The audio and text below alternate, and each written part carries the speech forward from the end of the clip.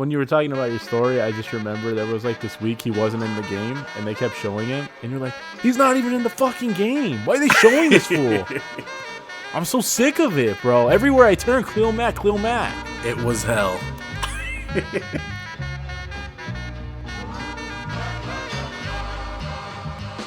Hello, everybody, and welcome to the Max and Juan cast. I'm Max. I'm joined by my good friend Juan.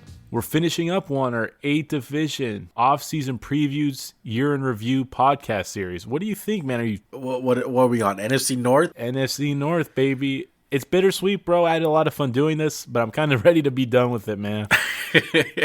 I know, man. Just so many teams with the whole cap space and giving out grades. It's been fun, man. But like I said, it just gets us closer to draft season, baby. Draft season is a really fun season, especially for us, because our teams kind of suck. Your team doesn't suck. My team sucks. One team I would never have bet on drafting a quarterback last year was the Green Bay Packers. And hey, you know what they did? They drafted a quarterback in the first round.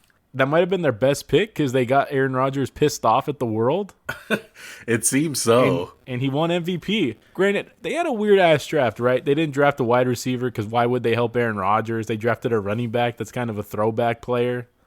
Jordan Love didn't see the field. I gave the Packers a C, bro, because they had a hell of a year. Maybe I'm being a little too harsh, but postseason letdown like the Saints, it was kind of championship or bust for them, and they busted, and they didn't. I don't know, bro. It was a tough way to end. Maybe I'm being a little too harsh. Maybe I'll bump it up to a C+. Wow, that's really harsh. I think that they made some big strides this year. Vontae Adams, hell of a season, like we said. Aaron Rodgers, MVP. The defense took a really, really big step this year. I think they took it to a whole nother level as far as, you know, compared to defenses in the past for Green Bay. But I'm going to give them a B. Just a solid B. I feel like that's where they need to be. They had a tough loss against Tampa Bay. I think a lot of people will argue that they had a couple of tough calls against them. They were probably a stop away from getting the ball back to Aaron Rodgers and seeing what they could do. But the reality is another year of Aaron Rodgers not making it to a Super Bowl. That's a tough pill to swallow for Packer fans. He hasn't been to one since, 2011?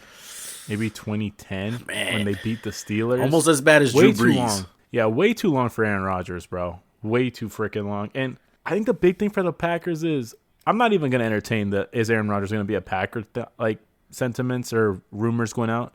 I don't believe that for a second. Unless he wants out, but he said I don't think he's going anywhere. Where's he going to have a better chance to win a championship? I mean, you talk about teams having better situations. I think there's a couple of teams with a couple of better situations. Look, I'm not going to entertain it. If you want to, that's all you, bro. But look, are they going to realize they're in the win now mode? That they should go after a weapon?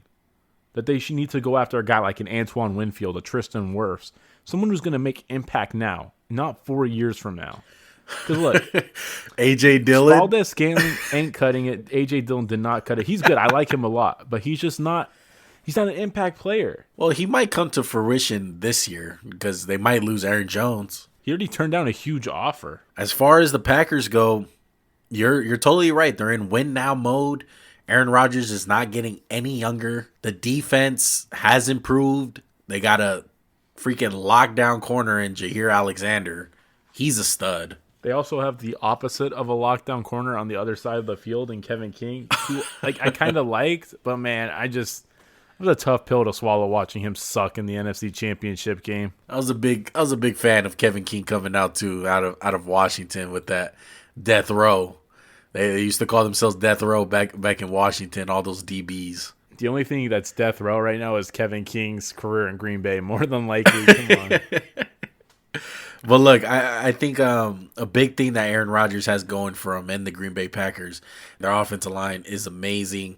Corey Linsley, Elton Jenkins, David Bakhtiari winded up getting hurt. It was tragic, but I'm pretty sure he's going to be back next season, ready to go with that new contract. He's one of the best left tackles in the league, if not the best. Let's just say this. His injury definitely showed up in the NFC Championship game where Billy Turner and Rick Wagner were getting destroyed. Look, the Tampa Bay Buccaneers probably drove down the value for 4 tackles more than anybody. The Packers, 2 tackles, and the Chiefs more than anybody I've ever seen. Those guys have the lowest lowest value in the NFL right now. They destroyed them. And look, I got Billy Turner, Rick Wagner as cut candidates. Same thing with Josh Jackson. Same thing with Preston Smith and Dean Lowry. All those guys are overpaid. Josh Jackson is as good as gone. He's a bust. I hope so. And same thing with Preston Smith. I feel like he's either going to have to take a huge pay cut or he's going to be gone. You save $8 million, and for a team that's $20 million over the cap, you need to save some money. And this is the 8th time I said it, probably more than 8 times, honestly. You can maneuver that number around pretty easily. Yeah, the cap doesn't concern me. I think the big question is, are they going to wind up drafting a receiver? Because Marcus Valdez-Scantling is not going to cut it. Alan Lazard, a.k.a. Lizard, is not going to cut it. A whole bunch. They just got a bunch of guys who are just a bunch of like, oh, he's in the NFL. Like, all these guys, I swear, are like 4th-string receivers on other teams. But for the Packers, they wind up making big plays because of Aaron Rodgers. And they shouldn't be out there. They need to get another playmaker. I would love Lizard as like the 4th receiver, but not like sometimes you're like 2nd receiver. Like, go ahead and make a trade for Julio Jones. I know he's banged up. Try to get Kenny Golladay. Chris Godwin. I would love to see Chris Godwin on this team. That would be a big like steal for them if they can get Godwin. Yeah, if they can get Godwin, that would be big. I feel like he'll fit perfectly in Green Bay. But a guy that winded up having to sit out because of COVID is a guy like Devin Funchess, even though Devin Funchess is not the best player, but if you wind up getting Devin Funchess back, he's your 3rd. You wind up signing a guy like Chris Godwin. That wide receiving core is completely turned around. And Devontae can play from the slot. That's no issue for him. Same thing with Godwin. I feel like Godwin and him will be really good interchangeable pieces that they can work with on the offense. The one thing I'll say about Aaron Rodgers, like time in Green Bay, if they have a bad year this year or they kind of underwhelm again, I think then he's as good as gone. Yeah, if they wind up having a season like that again where they're good in the regular season and they wind up losing, it's like, man, whether it's Aaron Rodgers or the team, something has to give. Peyton Manning winded up moving on. Tom Brady winded up doing it.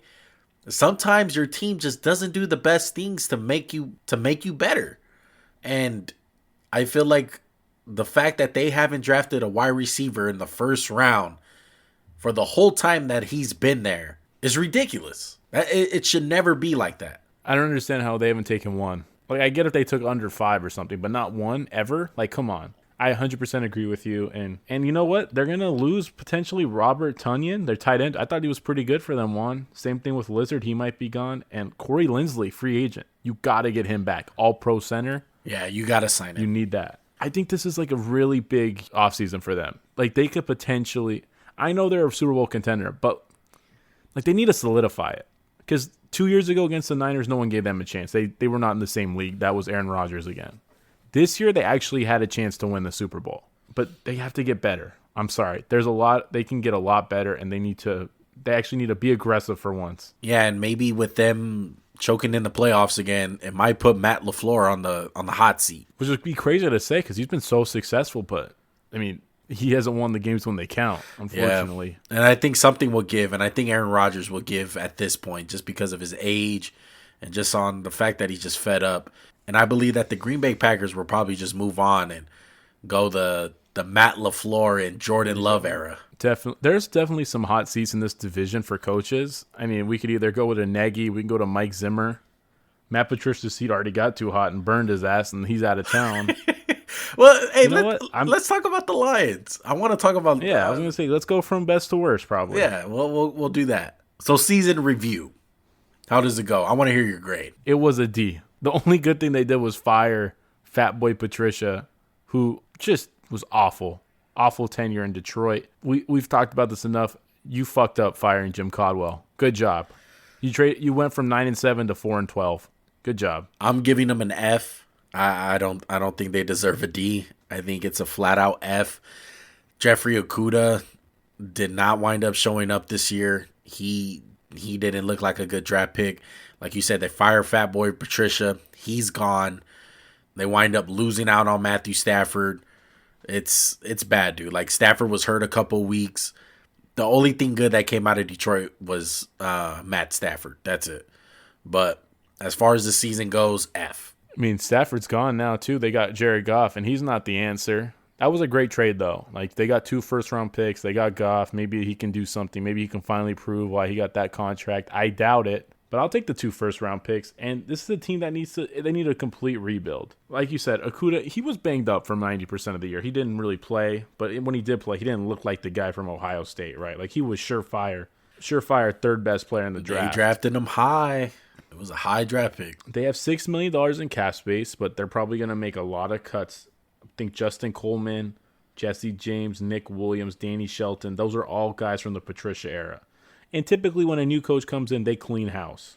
Yeah, and especially a guy like Dan Campbell. He looks like he's ready to rock and roll.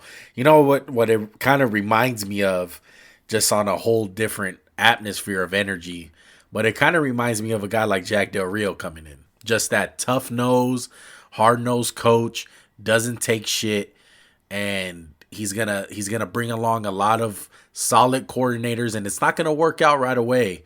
But I think as time progresses, I think they're gonna be good. They just gotta draft well, and like you said, they gotta clean house, and they gotta get his guys in there. Correct, and hopefully they give him more than a year. Hopefully they don't scapegoat him, because like we've seen so many times, Chip Kelly to the Niners didn't work out 1 year. Vance Joseph had 1 year. Who was the guy for the Arizona Cardinals? Was that Vance Joseph? Wilkes. Who was the other one? Steve Wilkes didn't get a chance. It's just you got to give these guys more than a year, unless it's so bad where it's like, okay, I like they've lost the locker room, yada yada yada. But you got to give these guys a chance. And look, they got a couple big free agents: Kenny Golladay, Marvin Jones. They're probably going to tag Golladay from all reports, which kind of sucks if you're in the market for a receiver.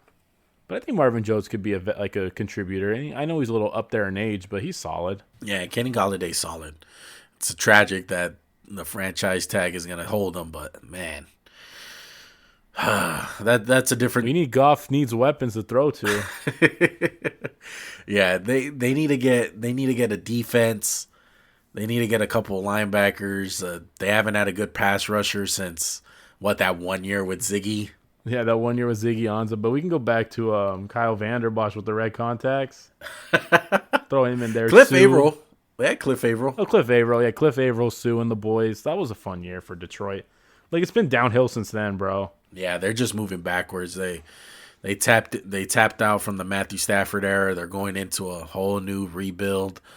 But let's see how it goes, man. I like Dan Campbell. I like his energy. It's funny with the whole biting off kneecaps kind of thing.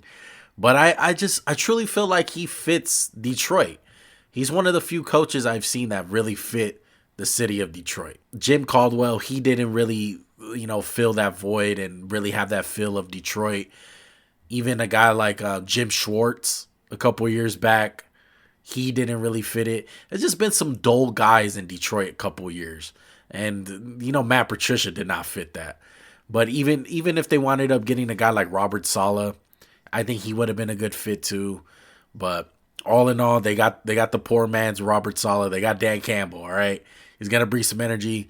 He's going to bring a culture. He's not going to take no shit. And I hope they're at least competitive every week. They're not going to have a good season, I'll tell you that much. They're not going to win a lot of games. But I hope they're competitive. I hope he has his team ready to play.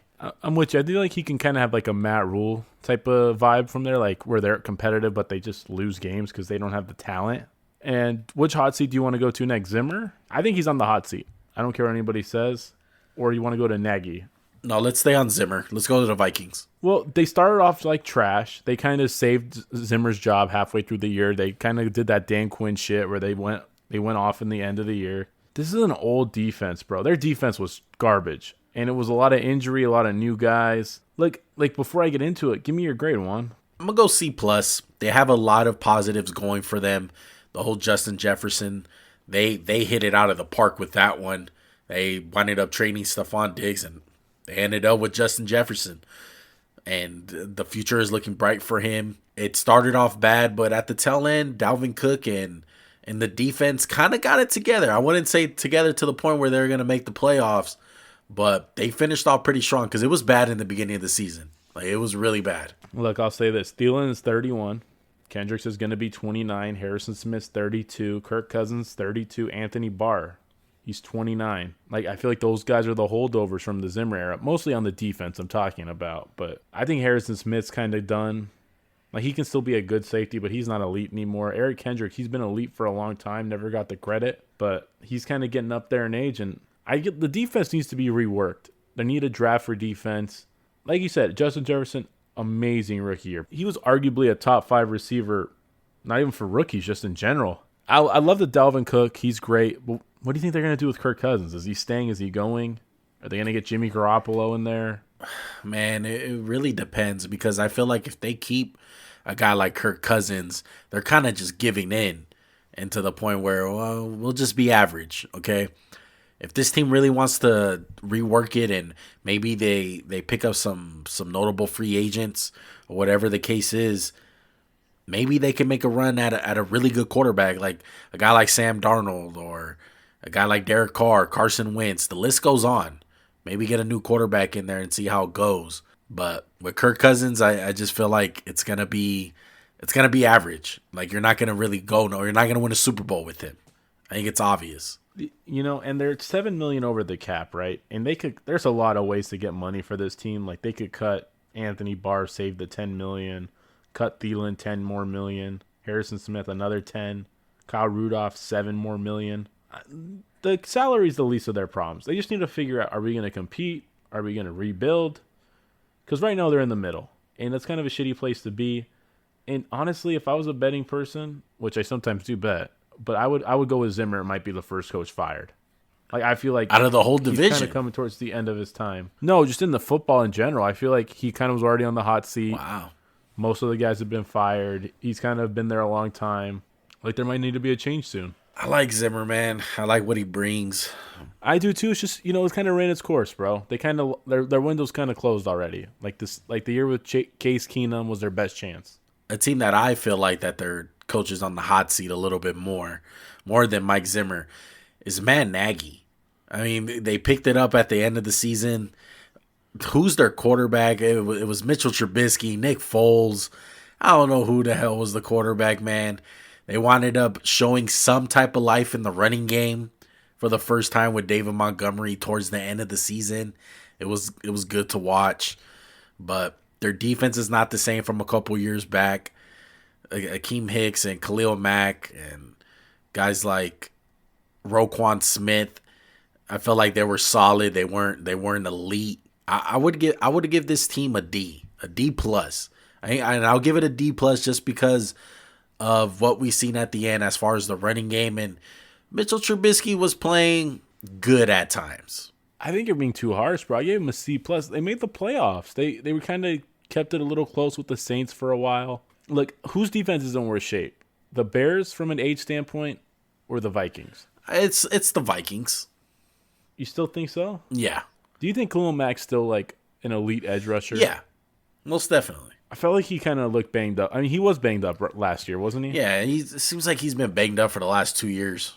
Look, I'll just say this. I like the Bears' defense, but they could really use an infusion of young talent. The Robert Quinn deal I wasn't a big fan of. He was okay for them. Like, how much longer can you really count on Akeem Hicks, bro? He's pretty up there. He's like 32. Like, Eddie Goldman, he's okay. But, like, Khalil Mack, he kind of... Like, they need a monster year for Mack. That's what they really need. And at 30, he's not old, but he's not getting any younger, and that's kind of scary. Yeah, it's kind of... Thank God that they're in the NFC because they made the playoffs. But with the whole young core kind of thing, I feel like they do have some young talent. As far as in the back end, is Eddie Jackson's not that old. Kyle Fuller's at a pretty good age. And Khalil Mack, yeah, he's not young anymore, but I feel like he's such an elite player. He's going to be playing at the top of his game for a while until he starts dipping, just off the pure talent that he has. But yeah, maybe they can get a little bit younger and with Eddie Goldman, and maybe they can get a little bit younger with Akeem Hicks and other guys like that, and especially like Robert Quinn. That contract was terrible, but yeah, it really was, and he didn't have the year they thought he was going to have. And look, I'm looking at their roster right now. Can we just say the Nick Foles trade was stupid? Like, he did nothing for them. He did a little something when he came in. What? He won one game, I two know, I games, and he know. lost the job? Like, what? Really? What was the move for them? That was the most lateral ass move. Let's be real. Everyone wanted to give shit for the Eagles for keeping Carson Wentz. What the hell's Nick Foles done? He just stole $88 million from Jacksonville. That's all he's done since he got he left the Eagles. I think a big thing with Nick Foles though, it's like he needs the right place and environment, and I feel like Philly was just that place. I don't think anywhere else he's gonna duplicate on what he did. So it's kind of hard to tell because I really do feel like that. I feel like there's only a couple places where he can succeed. Like maybe the other place I can think of is like Kansas City. You know, I'm just saying, man. I'm so tired of I still see the Nick Foles shit, and I'm just like, you know what? Like he's been crap since he left Philadelphia. You know what he needs to be? He needs to be a backup until like the postseason, and then I guess he'll catch fire and shit. You know what? And I just want to say one thing. I don't think Trubisky's amazing by no stretch of the imagination, is he? But Matt Nagy throws that man under the fucking bus, and his offense ain't all that, you know? I feel like Matt Nagy's mediocre just like Trubisky. But he just wants to just put all the blame on Trubisky. And it's like, you know what, Nagy, you're not that great yourself, bro. Yeah, Trubisky gets a lot of flack, and Matt Nagy is a big reason why his play calling is questionable. But they're done with Trubisky, right? Do you see Trubisky coming back? I think they kind of have to bring him back, truthfully. I mean, they're $6 million over the cap, but they can easily cut like 5 guys and have like $20 million. But who are you really going to get? Like, if I was them, I would take one more gamble on Trubisky. They went 10-6, right? Well, how's the market looking for Trubisky, though? It's not really big, but I'm saying you bring him back. Like, who else are you going to bring in? I mean, you could bring in a guy like Ryan Fitzpatrick just to hold the ship down. You might as well go with Trubisky and see if you can get something out of him. You might have to wind up paying him a lot more, man. I feel like Trubisky's market will be kind of big, as crazy as that sounds. Who the hell wants Mitch Trubisky? Like the Redskins? Oh my God, I'm so sorry. That wasn't even close. The football team? Maybe your Eagles? No. The Colts? Stop. The Jets? We're not doing a Wentz for Trubisky and full swap. Please don't do that to me. I don't need that in my life. No, I feel like whether it's for a starter or a backup, I feel like the market will be kind of bigger than you think for Mitchell Trubisky. I don't know. What do you think the market for his number one target, Allen Robinson, is? I feel poor Allen Robinson, right? He hasn't had a good quarterback for one damn year in his NFL career. Man, it He went has from to Bortles to Trubisky. It has to be big. His market should be big. Allen Robinson's a talent, man. And he says, I don't get it, though. He says that he's cool with coming back to either the Jags or the Bears. Well, the Trevor Lawrence thing, I'm sure he's intrigued by a guy who can throw the ball. And the Trubisky thing, they're probably like, don't worry, he's not coming back. Like, we got you. Don't trip, little homie. We got you. Do you think they need to add some receiving help? Because they got the guy who socked out Charlie Gardner-Johnson and drops touchdowns in playoff games. I like the guy they have, the rookie. What's his name? Mooney's good. I like Anthony Miller, even though he's not great. Anthony Miller's whatever. They also have like 7 tight ends. They got like Jimmy Graham, the corpse of Jimmy Graham. Can we cut him? Can we just put a pin in Jimmy Graham's career? Is David Montgomery the guy? Do you believe in the hype at the end of the season? No, I think he's going to lose some of his carries when Tariq Cohen comes back healthy. I think people forgot how dynamic Tariq Cohen is. Yeah, they wound up losing Tariq Cohen kind of early in the season too. There was a good stretch where David Montgomery looked like he belonged on the Pittsburgh Steelers because he wasn't making nobody miss. He's not fast. Yeah, and the tail end, he kind of showed some elusiveness. But what about the offensive line? The offensive line is, they got, what's his name, Charles Lennon. I think that's their left tackle. Charles Leno. They got Charles Leno, James Daniels, Cody Whitehair, Bobby Massey. They could use some help there for sure. I mean, do you see them competing next year, whether it's Trubisky or not? Like, okay, let's just assume Trubisky's in there. Like, what are they going to do? I think they'll go 8-8, 9-7, like maybe sneak into the playoffs. Yeah, I would have to agree. I think their window's missed.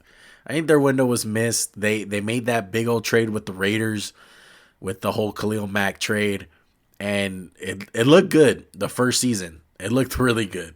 Khalil Mack. You know what? Take 2 minutes to tell me how good it looked the first 2 weeks. No, I'll give you 2 minutes on how good it looked the whole season for Khalil Mack. And yeah, especially those first 2 weeks, it was. Tell me this. It was great. Tell me the story. Tell me the story that if you remember the story I'm talking about. Yeah, Khalil Mack wound up getting traded, and he for the first. No, not the one where you bet your soul. The other. I one. know, but the first 2 weeks of the season, geez, ESPN could not stop talking about this dude. Like, first of all, the Bears started off Sunday Night Football week 1, week 2 Monday Night Football. So it was back-to-back national televised games. And all they were talking about was Khalil Mack, I swear. Khalil Mack and the Bears. Khalil and the Mack this. Why did the Raiders trade him? I can't believe the Raiders traded this guy. It was just like nonstop hell for me. I hated it. But they missed out on their window. Straight up. The double doink. The double doink of the field goal with, who was it? Cody Parkey, right?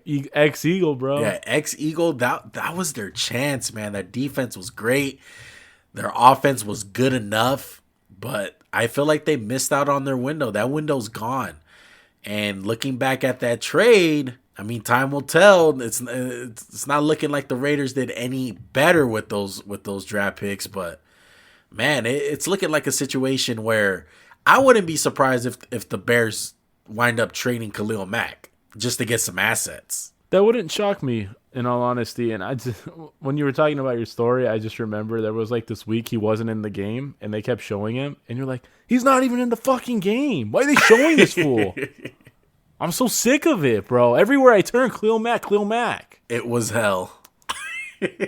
I think that's all the teams, right? The only thing left to do is just to rank this last division. Who's the top dog? It's got to be Green Bay, right? Yeah, Green Bay. Green Bay's number 1. I'm with you on that. Who's the second one? It's kind of up in the air.